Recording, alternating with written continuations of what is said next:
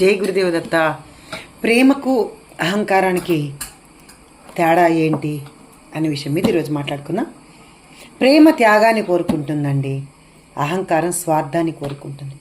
ప్రేమ అనేది ఇవ్వడం నేర్పుతుంది, అహంకారం అనేది తీసుకోవడం నేర్పిస్తుంది. కాబట్టి మనమందరం ప్రేమించాలా, అహంకారంతో ఉండాలా అంటే అందరం మనం ప్రేమ తత్వంతోనే ఉండాలి. మరి అహంకారాన్ని ఎలా పోగొట్టుకోవాలి అంటే దత్త పారాయణాలతో, దత్త స్తవంతో, అలాగే సిద్ధమంగళ స్తోత్రంతో, గురు చరిత్రతో మనమందరం అద్భుతంగా ఉండాలి. అంతే కదా.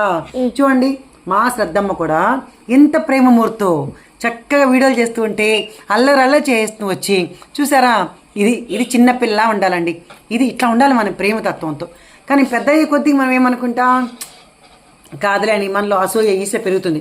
ఒక చిన్న బిడ్డ ఎలా ఉండాలో అలా ఉండాలండి మన ప్రేమ. కాబట్టి వీళ్ళని చూసి మనం నేర్చుకోవాలి. జై గురు.